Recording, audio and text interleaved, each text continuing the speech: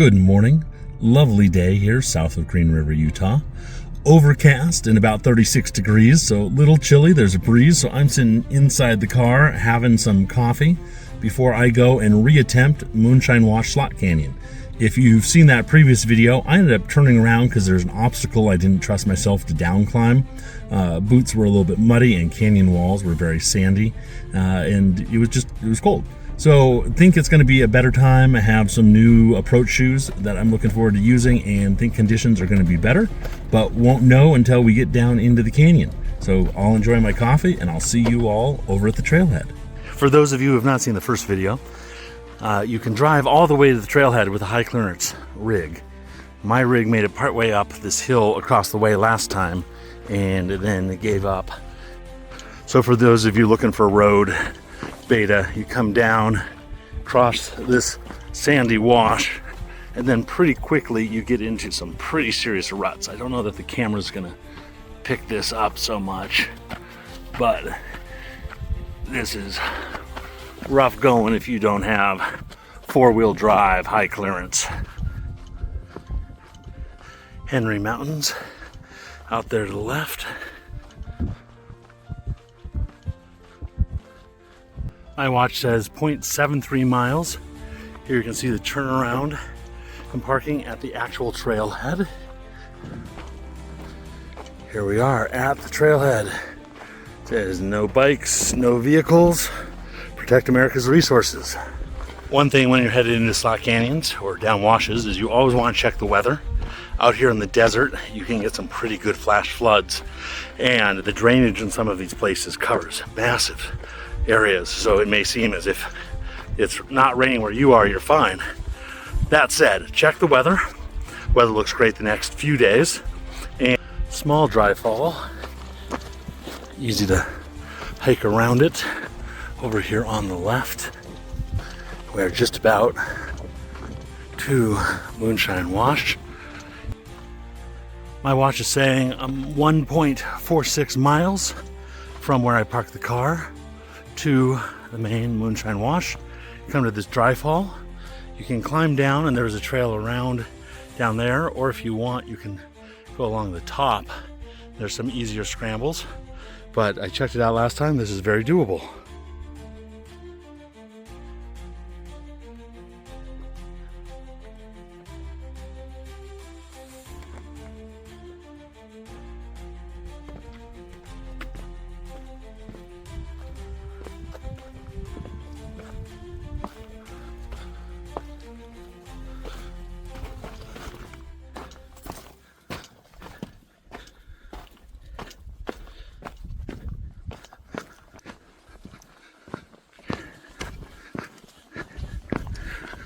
I'm going to stay to the right up on the slick rock, a little bit easier until we get to where it actually starts to turn into a deeper canyon.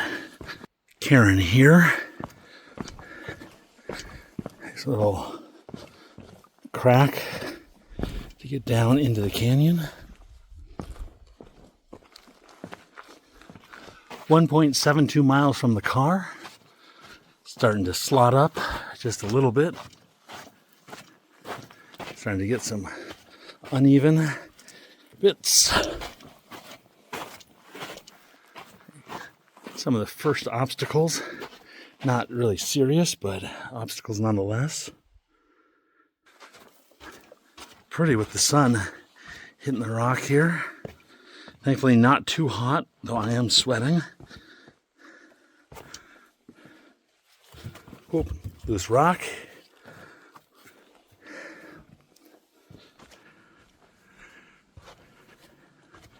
I knew that it's good weather, as I said earlier, but I just heard a roar and I thought, do I need to look behind me? But it's just an airplane going over, not a flash flood.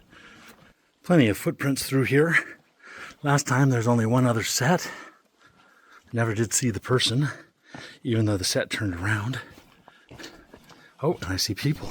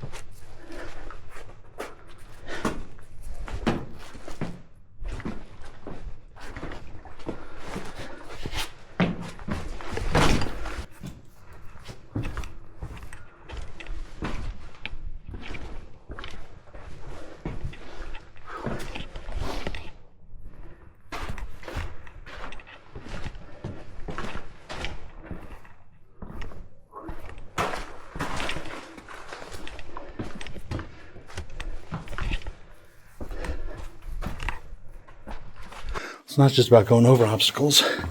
Some of these we've got to go under as well. This is washed out a little bit since I was here last.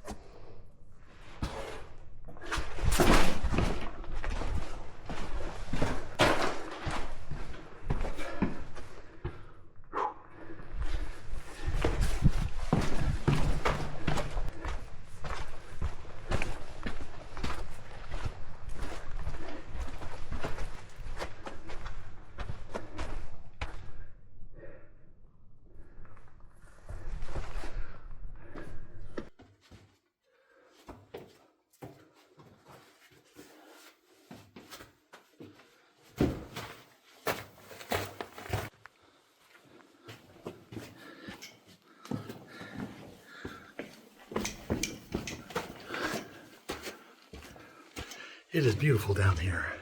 Okay, this is where I turned around last time. It was this downclimb that with muddy and sandy boots I didn't trust. Would not have trusted making back up that, but today I'm feeling good. And we made it down this time. Wasn't graceful, but we made it, and I feel confident I can make it back up that if needed.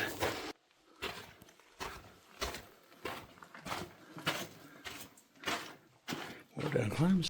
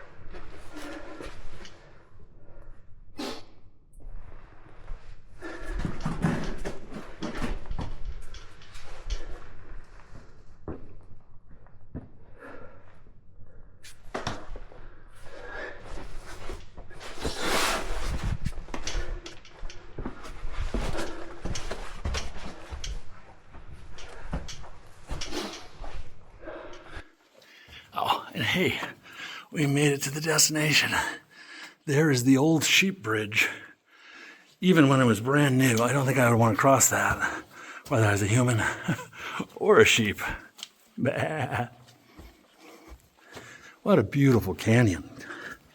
This is great. Really happy right now. Glad we made it past the last obstacle and made it farther into the canyon. This is a good way to kick off the trip.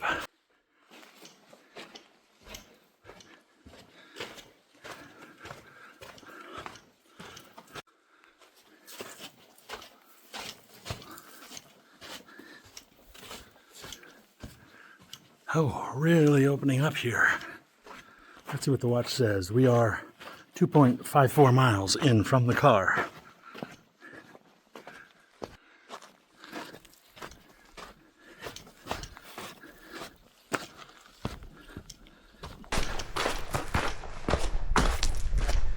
One of the wonderful things about this is the solitude. Past one family from Colorado, a mom and dad and their young son. But if this were closer to one of the national parks, there'd be so many people in here. And there's something really special about this solitude.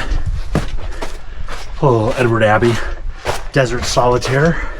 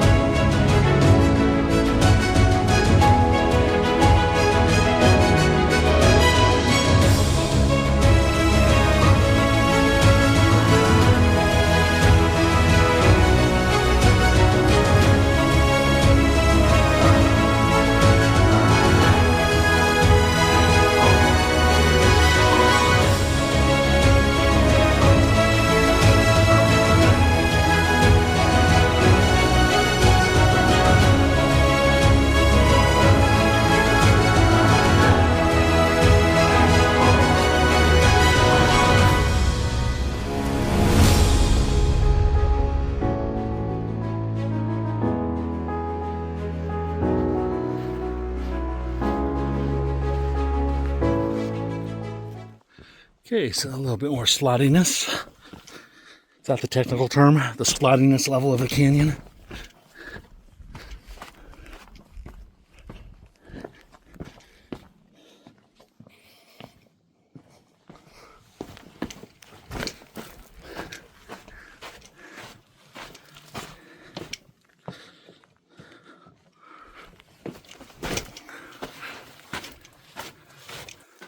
The All Trails track shows a climb out just up here on the left.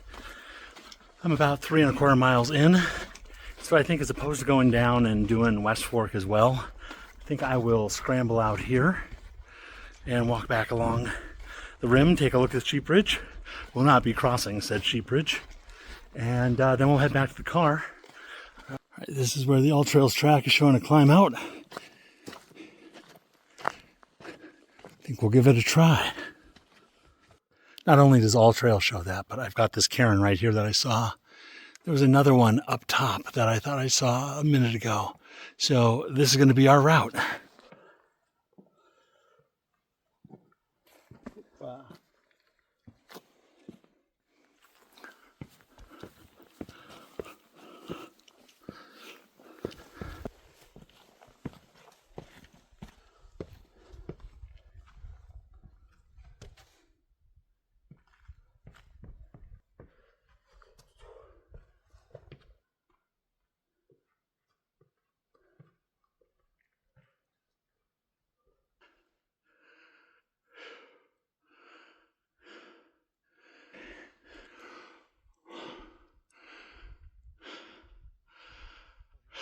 At the top of the scramble, there's an obvious boot pack that goes to the right.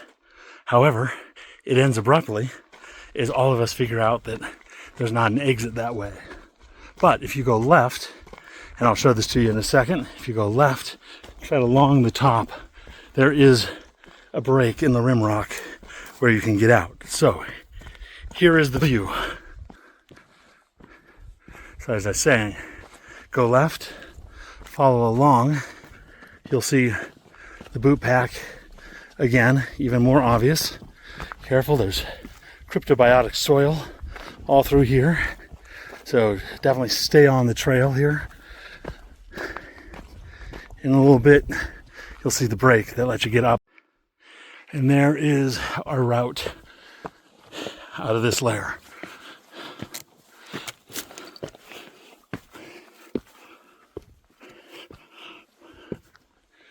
Yep, excellent.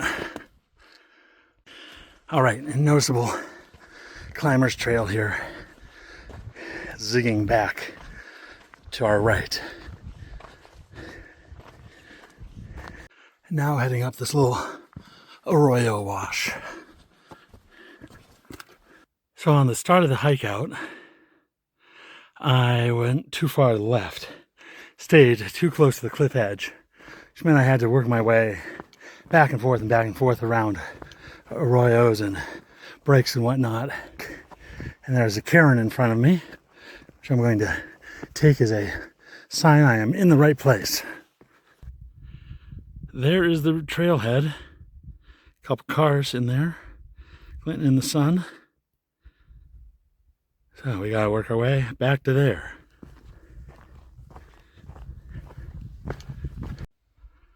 All right, we have found the bridge. I'm not gonna go any closer because I'm kicking sand and rocks down. I don't want those going over the edge in case there's people down in the canyon. So now to continue on our way out.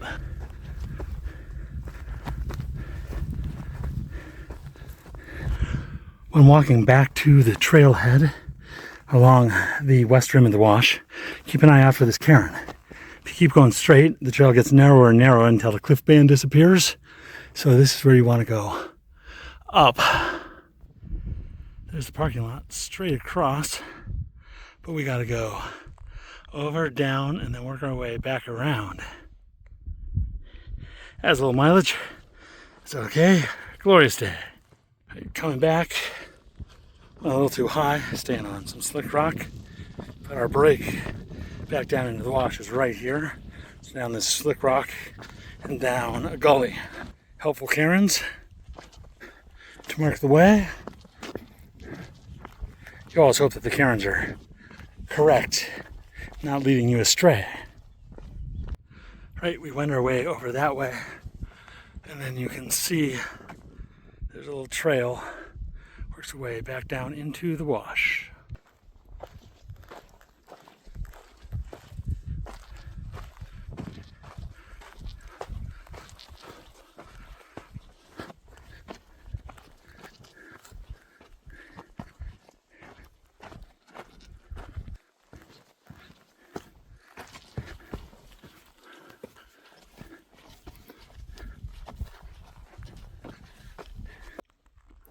With that, we're right back above the wash.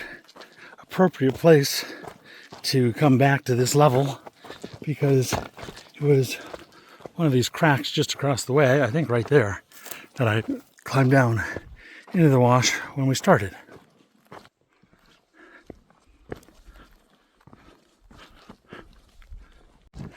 And with that, we're back to the beginning of the slot.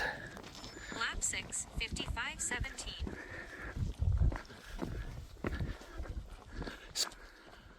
Right, back to our Dryfall and side wash. Leaving Moonshine Wash proper now.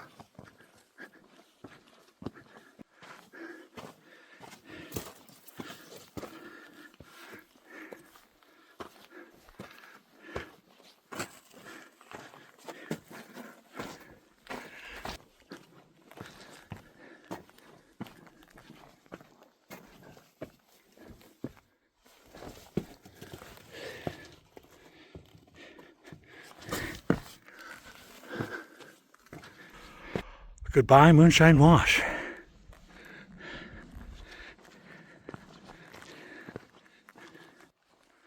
Someone left a water bottle. Hopefully on purpose.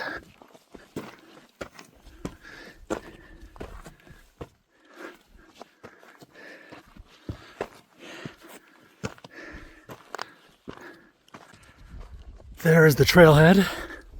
Just about 3/4 of a mile from where I came back down into Moonshine from up above on the ridge. So about 3/4 of a mile from here to the car. Let me tell you, I really would not mind if my car was here instead of where it is. It'd be nice to get into the car, turn on the AC, and not trudge back. My campsite is right on the other side of this rocky ridge. It made more sense to drive to the parking lot and walk in the road than to scramble up and over that. Makes for a pretty landmark. There's the car. Getting closer.